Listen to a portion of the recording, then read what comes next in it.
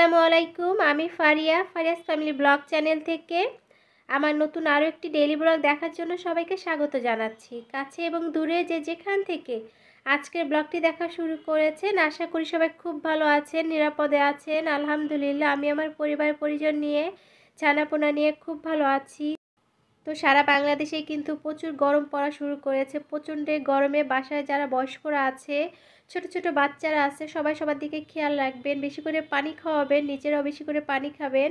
আর এই তো এতদিন তো রুটির কোনো ঝামেলা ছিল না, দেখা গিয়েছে পুরো একটা মাস আপসিকে আমি রোজার মধ্যে পাউরুটি দিয়েছি বা একটা চাপড়ি বানিয়ে দিয়েছি, ও খেয়ে নিত। তো এই যে এখন আবার নতুন করে শুরু হয়েছে রুটির ঝামেলা, সকালবেলায় রুটি চাপড়ি। তো খালা রুটি বানিয়ে দিয়েছেন, আমি একটু সেঁকে নিচ্ছি। তো আমি কিন্তু সবসময় হালকা সেঁকে এপিট ওপিট করে তারপরে ফ্রিজে রাখি। দেখা যায় আমাদের 5 দিন দিব্যি চলে যাবে, 4-5 দিন চলে যায় আমাদের রুটি। আর যেহেতু আমরা দেখা যায় রাতেও রুটি খাই, তো আমাদের 4-5 দিন চলে যায়। তো ভিডিও টাইটেল এবং ইন্ট্রো দেখে নিশ্চয়ই এতক্ষণ বুঝতেই পেরেছেন আজকে আমি আপনাদের সাথে ওয়েডিং একটা ব্লগ শেয়ার করব। তো হচ্ছে আমার শাশুড়ির বান্ধবীর ছেলে রিসেপশন পার্টি ছিল, তো আমাদের দাওয়াত ছিল ওইখানে। তো আজকে আমরা দুপুরবেলা ওইখানেই যাব।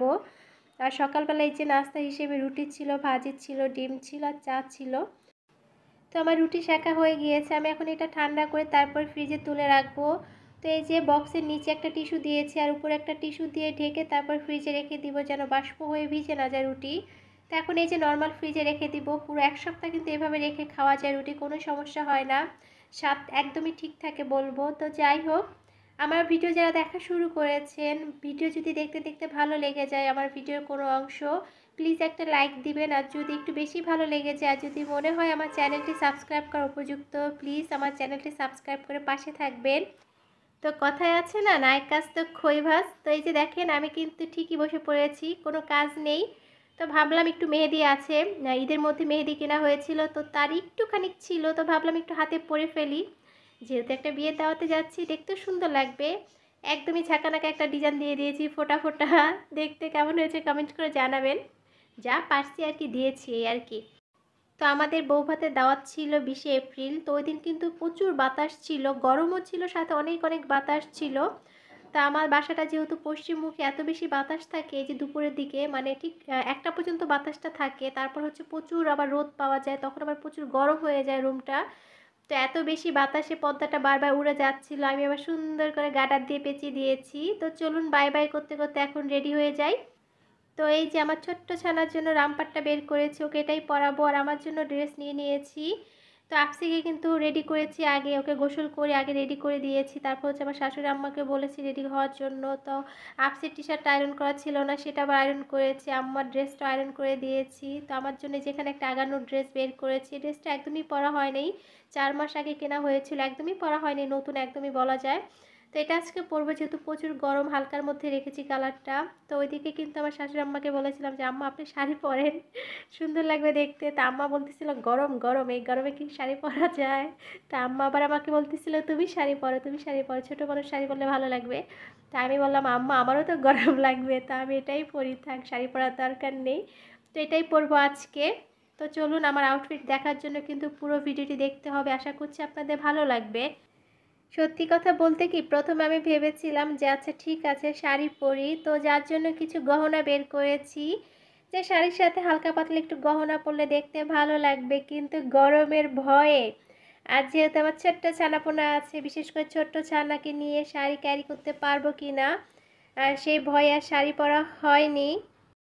আর এই তো সালোয়ার কামিজের সাথে পরার জন্য হালকা পাতলা একটু গহনা নিয়েছে, আম্মা বলছিল এগুলো পরো। আর আমি যেহেতু হেজাব পরবো, কানের দুল পরার প্রয়োজন নাই, তাই তো চুড়ি নিয়েছি আর একটা চেন নিয়েছি, আর হচ্ছে আমার এই যে বিয়ের আংটিটা নিয়েছি। তো দেখা যায় সচরাচর পরা হয় না, আমি একদমই পরি না, বাসায় কোনো কিছুই পরি না, জাস্ট কানে একটা ছোট্ট দুল পরে থাকি।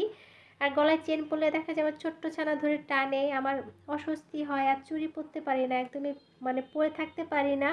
আর এই তো আমি রেডি হয়ে নিয়েছি, এটা হচ্ছে আমার আউটফিট। কেমন হয়েছে কমেন্ট করে জানাবেন। তো ভালোই লাগছিল দেখতে, নিজের কাছে নিজেকে ভালো লাগছিল। আসলে নিজের কাছে যদি নিজের ভালো লাগে, দেখবেন আপনার কনফিডেন্স লেভেল বেড়ে যাবে। তা আমার মনে হচ্ছিল হ্যাঁ, গরমের জন্য একদমই ঠিকঠাক আছে আমার আউটফিটটা। তো যাই হোক, আর এই তো আম্মাও পরে নিয়েছে, আম্মা হোয়াইট কালার পরেছে, সাথে কিন্তু আপসিকেও হোয়াইট কালার পরিয়ে দিয়েছি। তো এটা হচ্ছে আমাদের গরমের জন্য গরমের উপযোগী বিয়ের দাওয়াতের পোশাক। সবাই আমরা হোয়াইট কালার হালকা কালারের উপরে আছি।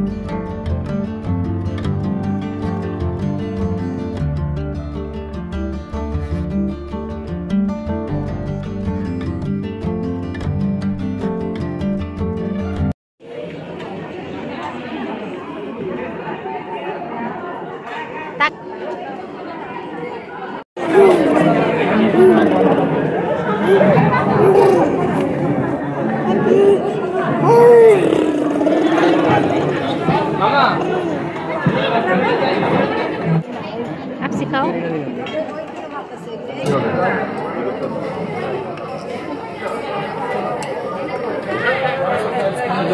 মাংস দেবো না, দেবো রাইস, দেবো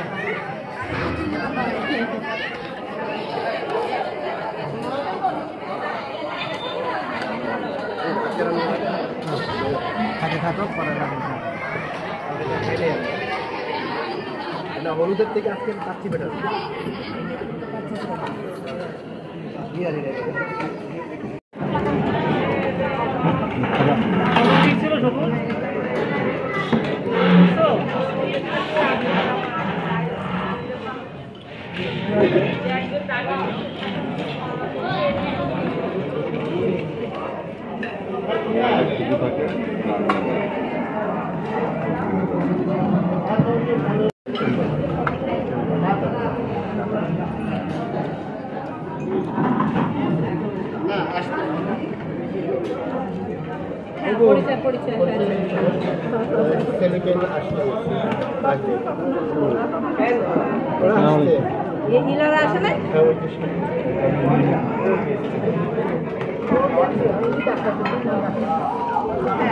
দাম দেখি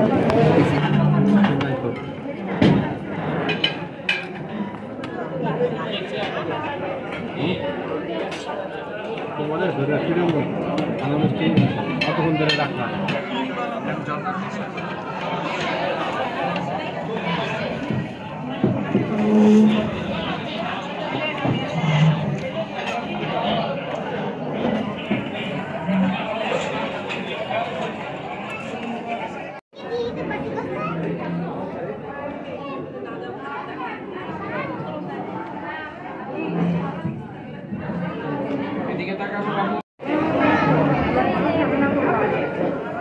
আমি একটু ছবি তুলতাম। একটু তাড়াতাড়ি ওই পাশে গেছিলাম, দেখলাম যে সব লাইটিং টাইটিং করার জায়গায়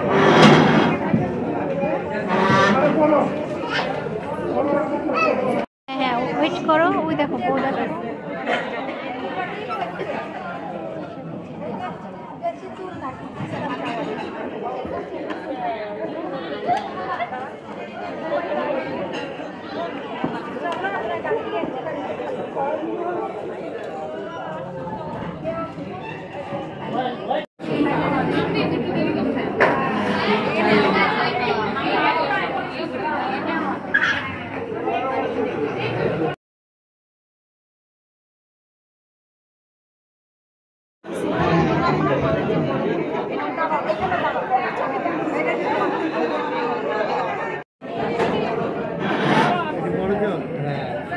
দাদা